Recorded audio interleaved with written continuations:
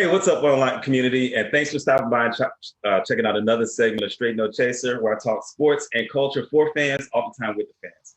Now, tonight we're deviating from our normal programming schedule because I got a brother on here I've been trying to connect with for a while, and I've been really wanting to have him on the show. And we were finally able to make it work. So I'm really glad to have this brother on here. I got Chauncey Jones, former Thornton Wildcat, former University of Alabama basketball player, former professional basketball player, and all-around good cat. So Chauncey, welcome to the show. Thank you, man. Thanks for having me.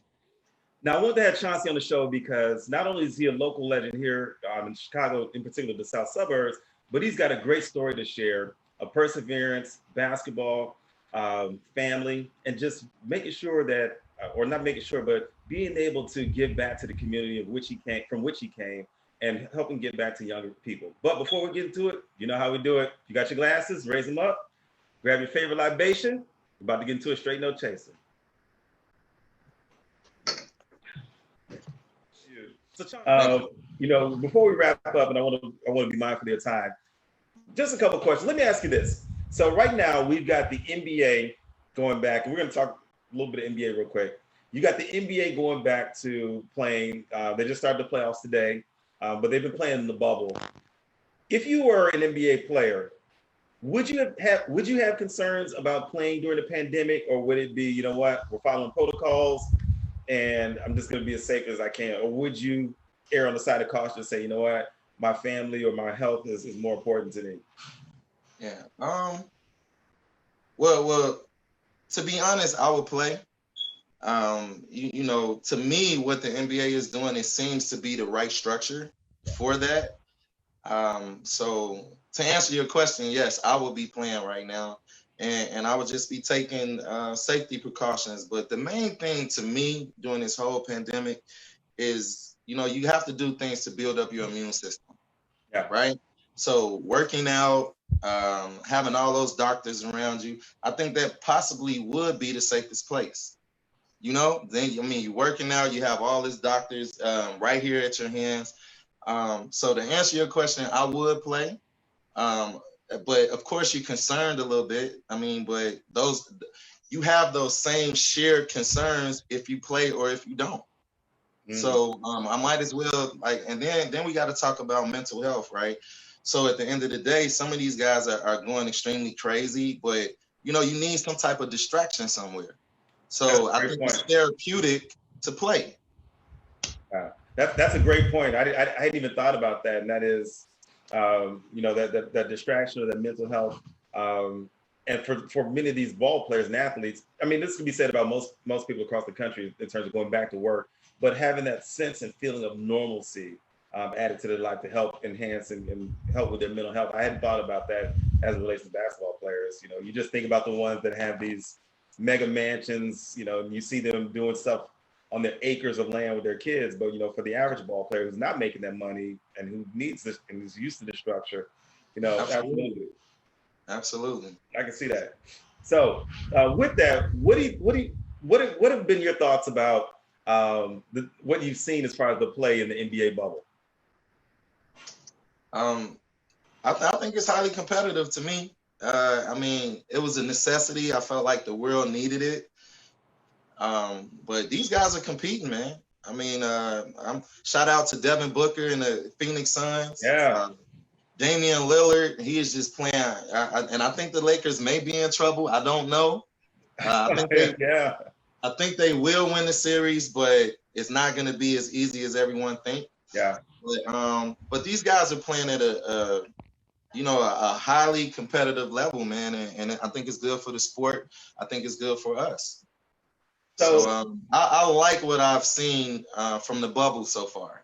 So with that, I've been having this discussion with friends as well as people I talk to on social media. There's no crowd. I know they try and pump in the artificial crowd noise, and they've got like the virtual background with fans, things like that.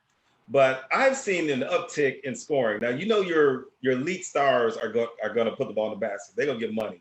But you're seeing a lot of guys, who traditionally have been in the role of role players, have 20 and 30-point games. I'm looking at TJ Warren, who's out there getting money. Now, he's cooled off a little bit, down the stretch.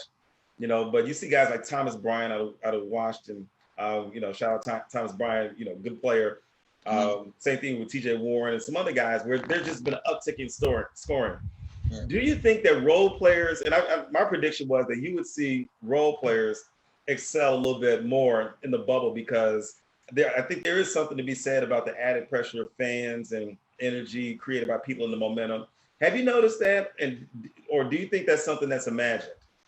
It's funny that you brought that up because I told people, I was like, shooting percentages, I believe, will go up because you will have that huge backdrop, right?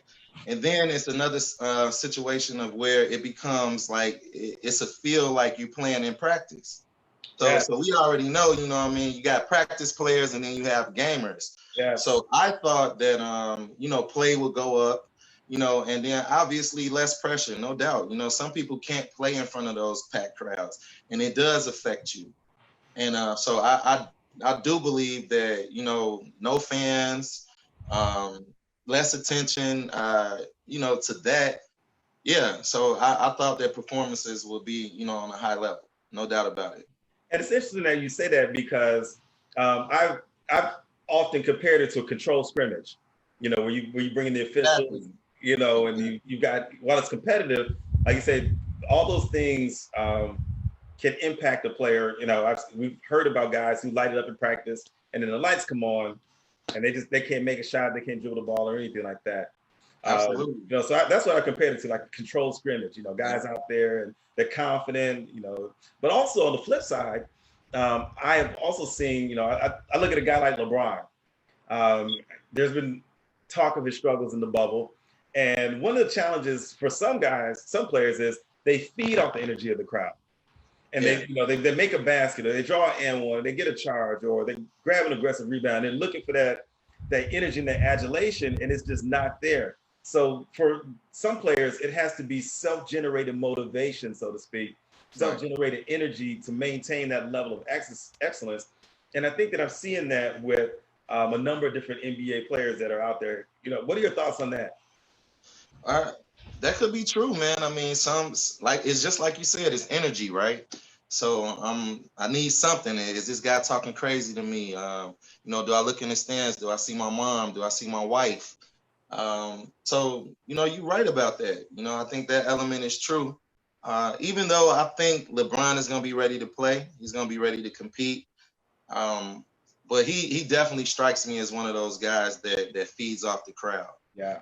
So, I mean, it's just, hey, you know what? We just got to adjust to it, man. They had the right theme, a whole new game. No doubt about it, man. They classic on that. It's definitely a whole new game. Yeah. I will say one thing that came out of the bubble that I do like as far as structure, and I like the play-in, you know, the eight and nine, you know, so if they're within 4 games and they play for that last spot. I do think there's some value to that because it gives hope to teams that are kind of on the cusp. Then also it can discourage tanking, you know, which I think hurts the game as well too. Right. You know, if you're within striking distance, you do have an opportunity to still make the playoffs. You're right.